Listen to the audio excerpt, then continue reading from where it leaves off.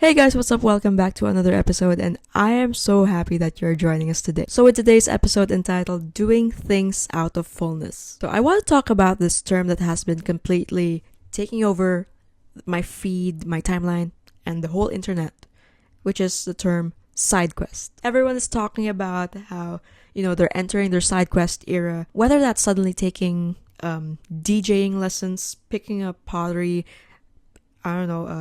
doing pickleball, perhaps, and even booking that chaotic solo travel. Or, if you're like me, getting that hyperfixation on a hobby that requires you to spend hundreds and thousands on gear before you even try it once. Yeah, on paper, it sounds so fun. It sounds like this peak main character energy, but I've been sitting back and observing the vibe behind these sudden pivots, and I need to offer a little bit of perspective over here. Because a lot of the time, when we claim that we are exploring our interests, quote unquote, what we're actually doing is staging an emergency evacuation. Because sometimes we are using these side quests as an emergency exit from a career we secretly hate, a relationship that didn't go right, or let's be real, or when we are scared to sit with our emotions, we just kind of do something else. I'm talking about this today because I have been on both sides of this coin. I've done side quests out of absolute internal lack, and I have run them out of fullness. And the difference in how these things feel is night and day. So yeah, grab a matcha latte or get a snack. Let's get into it. Because I'm not just speaking from a place of theory over here. Because if we go back to the year of 2024, I was living out the absolute extreme textbook definition of a void side quest. Because at the time, or just a bit of backstory over here, at the time, I went through something quite brutal. The foundational pillars of my life, like, my mental health, sense of stability, it was out the window. Like, mental stability where? I don't know her. I was empty. I was crushed. But instead of sitting with that grief and dealing with it, or, instead of admitting to others that I was going through a tough time, that I needed help, my brain just kind of went to like hyperdrive. I just created this alternate reality and I started running away as fast as I could, chasing distraction that would give me that sense of control, no matter how little it was. Safe to say, in that year, my life became this series of chaotic side quests. Whether it was out partying every single week, surrounding myself with people that just to make you feel less alone. And none of it was real. I was creating these superficial and shallow transactional connections, and there was no substance over there. And for whatever reason, I thought that wasn't enough. I was showing up to work feeling so stressed and burnt out, and I was just literally operating on autopilot. The main quest, like your life, your work, your job, whatever, it felt so unfixable, and I was just tired. I am telling you this because when you are in that total dark place, a side quest looks like survival. You kind of convince yourself that, the solo trip or the frequent nights out, going to wherever, meeting new people that you would probably not talk to in a year, and this really busy schedule means that you are healing or moving on or, just doing something new, but sometimes it's just a cheap illusion.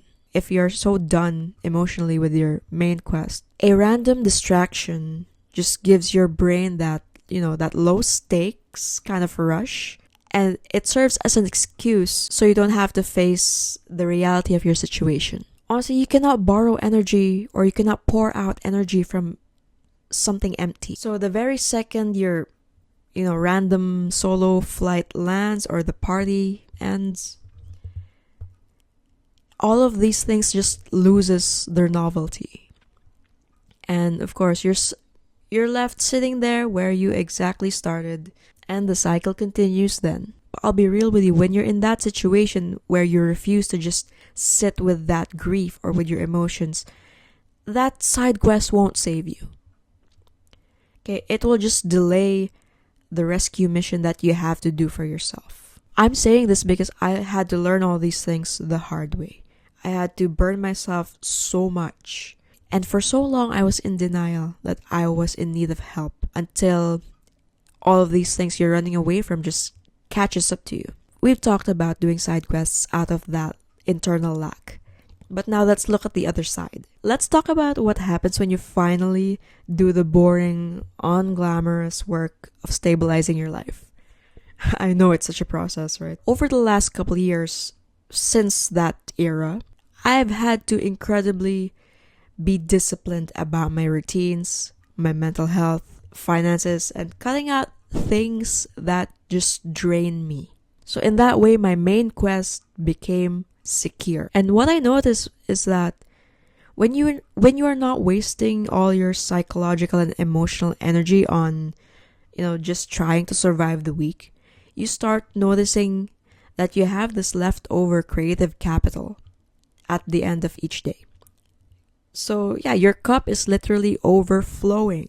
And that extra energy that is overflowing, that is fullness. And now when I pick up a side quest from this place I am, out of fullness, this changes the entire game. And because, the biggest indicator of this, I don't care if I suck at this thing that I'm trying to do. Recently, when I decided to try something completely random and new, I realized that if I drop the ball or, I look completely ridiculous, I don't care. I don't feel bad. I did not have this crisis of confidence because I had no image to keep, okay?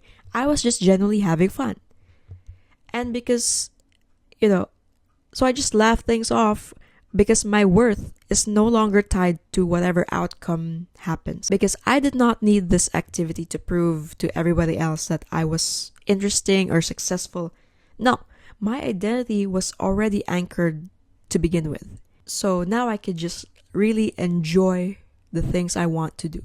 I no longer have to maintain this sort of image. I could just enjoy what I want.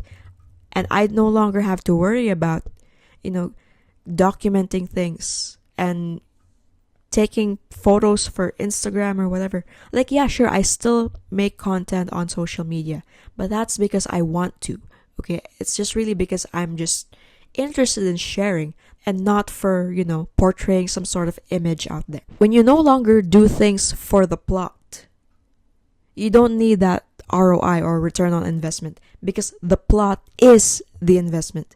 You are doing it simply because you finally have the luxury of capacity. Okay, I know a lot of you listening or watching this podcast are exactly like me.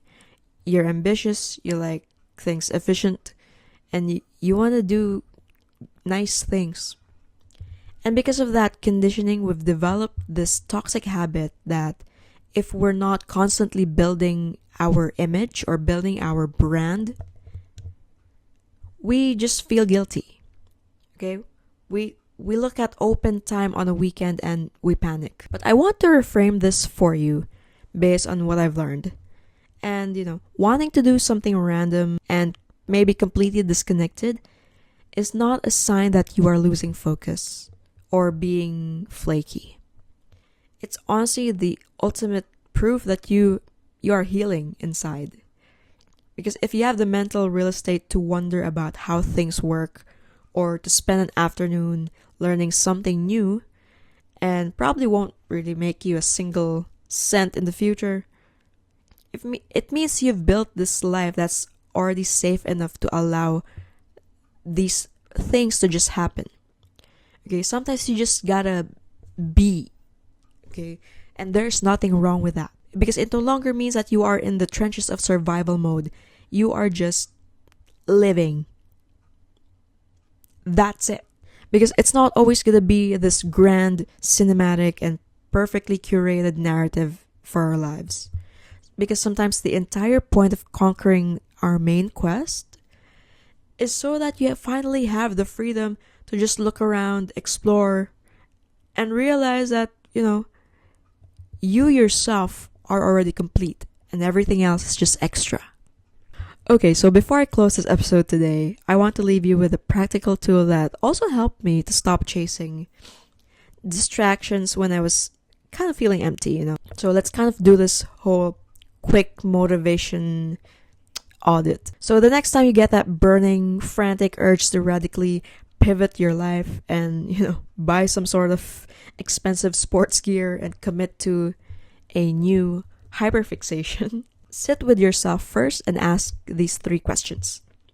First, am I avoiding a hard conversation or a boring reality in my main life right now? If the answer is yes, put down the hobby, fix the main question first. Second is, can I afford to be completely terrible at this thing I want to do without it ruining my entire week? Because if you need constant validation from it, your ego is just running the show. It's not curiosity. And third, last, if I could never post a single photo of this on the internet, and I could, never make money from it, never gain fame from it, would I still want to spend my days doing this? So if you can answer those honestly, you will know whether you're trying to fill a void or if you're just really ready to expand. So yeah, stop performing for an audience. Because, when you ground your main life, fill your cup, and let yourself play, that is when you really start to genuinely enjoy anything that you want to do. Alright, so that is it for this episode, and I just want to thank you guys for tuning in once again.